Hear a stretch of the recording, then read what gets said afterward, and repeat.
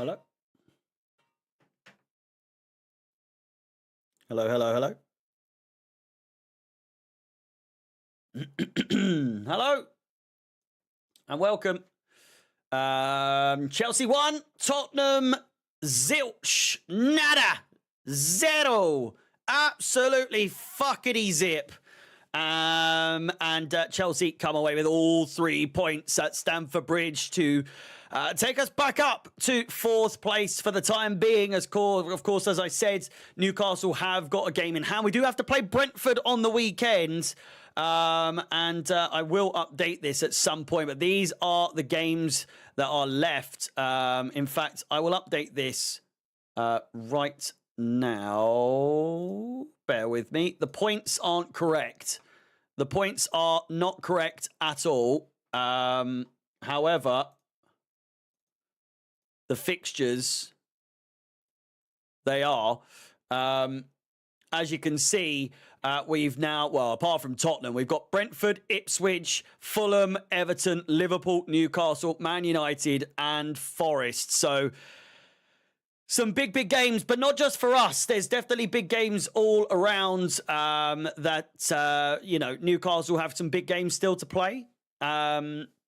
We've still got to play them as well. So whilst they do have a game in hand, as long as we keep winning, keep whittling away at the opponents that get thrown in front of us, then we should be okay. Brentford up next. And then I think it's Fulham. And then it's Everton. So we really have to win those 4. And who else was it, for fuck's sake? It's Ipswich. Brentford, I think we win. Ipswich, I think we win. Fulham, I'm unsure. Everton, I think we'll win. Liverpool lose. Newcastle, it's really all over the place there. Man United, same there. Forest, same there. It's hard. It really is hard to work out where the wins come from. Outside of the like Tottenham. In hindsight, looking at the way they played, they were not good at all. I mean, the fact alone that we got a clean sheet says volumes. It speaks volumes as to how shit they are at the moment. So we are now level on goal difference with Manchester City, a point ahead of them and 2 points ahead of Newcastle United. At least we won, says Angeline. At least we did. Listen, in terms of player performances, I'd say for the most part it was pretty well rounded. I'd say the players that didn't really live up to it as much. Colwill, for me, he's had worse games. He's had better games. It was for me, Chalobah was better. Gusto was better. Cucurella was better, even though he got booked. Same for Chalobah. I think that those 3 had a much better game than him. Sanchez, listen, a clean sheet is a clean sheet, and I'm sure he will take it, and he definitely earned it in the end. The goal he conceded was diabolical, to say the least. Absolutely terrible. I even tweeted out saying that Kepa Arrizabalaga would have saved that one. Not quite sure on that front, to be completely honest with you. But still, it was just a really poor goal to let in.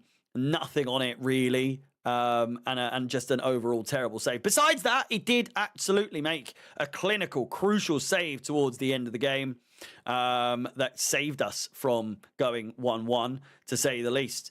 Enzo Fernandez, absolutely brilliant today, as he has been for the majority of the season.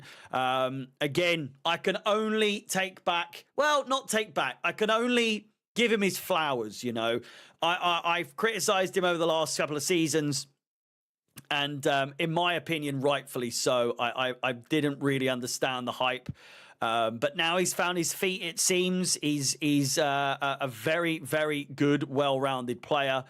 And he's added heading to his game. What a header it was. What an absolutely fantastically worked goal it was. Cole Palmer with an assist, I think. His first assist in fucking God knows how long. It really well worked goal. And if Sancho could please maybe, take some tips from that for how to cross the ball, how to release the ball, how to actually do something with the ball in attacking positions. That might actually help us out quite a fair bit, because for me, Sancho, a bag of bones. Absolutely terrible today. And he didn't have to be. He really, really did not have to be terrible today. I genuinely believe if he just released the ball a second sooner than he chooses to, I think we've got a very good player on our hands. But sadly, the fact of the matter is he doesn't do that. He doesn't release the ball. So it puts us in a little bit of a sticky situation, to say the least. Neto as well, I think, was just trying a little bit too much in this game. Some of the skills he was trying just wasn't working out. I think he had a couple of chances as well, but it just really wasn't one of his best games. Jackson, good game for him coming back. I think it teetered off towards the end of the game, and was obviously ultimately subbed for Reece James, who didn't really have to do much, to be completely honest with you. But Jackson coming back from injury, I felt like was a presence very well, very much welcomed. You look at Neto, you look at Nkunku, and everyone else that's gone in Jackson's place since he's been absent, and it hasn't felt like we've had, and I know it's because they're not, but it hasn't felt like we've had a distinct front man during these times. Now that Jackson's back already, even in the first minute, it seemed like we had someone who might be able to do something up top, albeit he didn't score, but it was still a very good start for him, getting in the right positions, getting around the back of the defenders, and nearly putting it in the back of the net. I think only time will tell whether or not the break's done him well. I think already that it will be good. Fuck off. But yeah, overall, a really good game. I think they've given Palmer the man of the match. I could be wrong. Not necessarily sure that is overly well, earned. I don't know. He didn't have a bad game at all. Brilliant ball from him. I'm not saying that he underperformed. I still think we can get more from him, but a fantastic assist nevertheless. Enzo Maresca going around the crowd towards the end, giving the old fucking one of these, and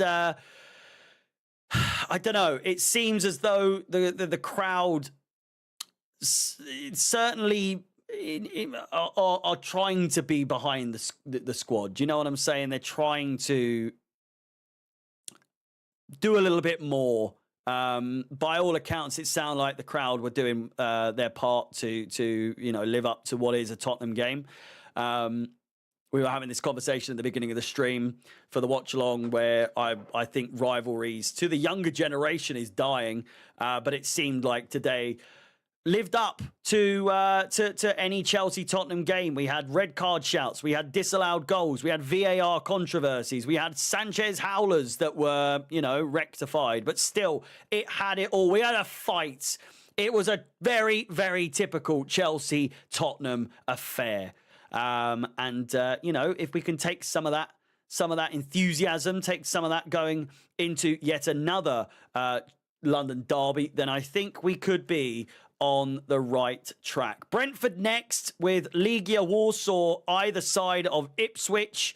As I said, Newcastle have got their game in hand game over Crystal Palace on Wednesday. I'll be live for that Wednesday evening. Of course, by then we will know if Newcastle take over us in that. But of course, we do have a matter of Brentford first to take care of in order to maintain that fourth place spot.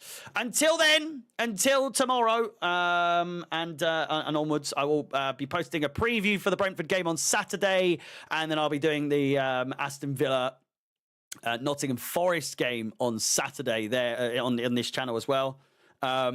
So keep an eye out for that, for Top 4 Watch. But of course, if I don't see you until Sunday for the Brentford game, I wish you all the best. Thank you so much for watching. My name is Harry Up the Chels. Please do like the video, subscribe, hit the bell notification to be notified of any future content on the channel. I'll leave you with this. Ladies and gentlemen, it's 10 o'clock.